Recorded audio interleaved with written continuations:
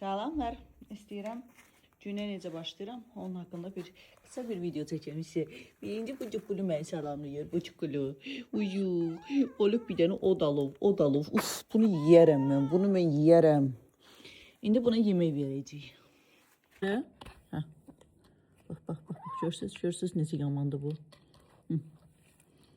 Girəcək qabın içine az qaldı. Səsinə bax. İndi mən əl vurmaq istəyəcəm, belə necə. Görürsünüz. Ya alın senden de yiyeyim. Yine oyuncağını götürüp gelip. Gezmeye gidelim. Gidelim gezmeye. Sen gezmeye gitmeyi istedin değil mi?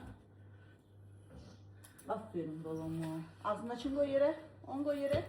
Duman merhaba. Aferin babama. Selam ver. Aferin.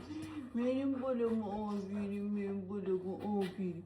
Aferin. Çıktık yürüyüşe Dumanla. Her gün saat 9-10 arası.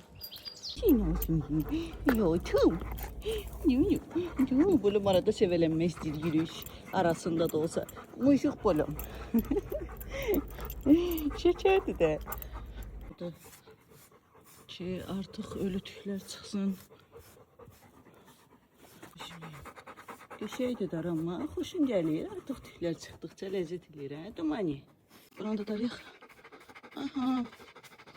Aha balama. Aha balama aferin. Молодец. Yine oynayalım biraz.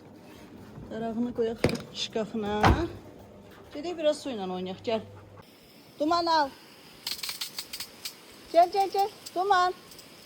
Duman. Ah eve kaçan. Gelen kimi gedib bir şeylə sağlamlaşır ona bak. Təmiz suyu koyup ancaq bu uşaq hovuzdan içir. Bu ne ağıldı mən bilmirəm. Niye oradan içirsən? Suyu koyup gedib hovuzda su içir. Gel bırak. Gel biraz suyla oyna. Biraz serinle. Bugün balamın menüsündə etli spagetti var. Sen neysin? Sen yemişsən ax səhər. Bugün Dumanın yemeği. İndi Dumanın yemeğinin vaxtıdır.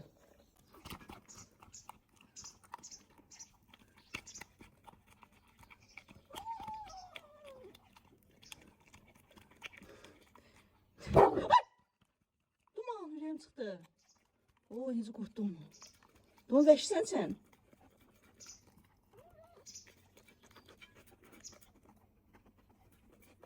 Doydun? Aferin balama. Doyandan sonra ağzın yağını sürtəcək bura, hökmən. Bir mənalı bu olmalıdır, olmasa olmaz.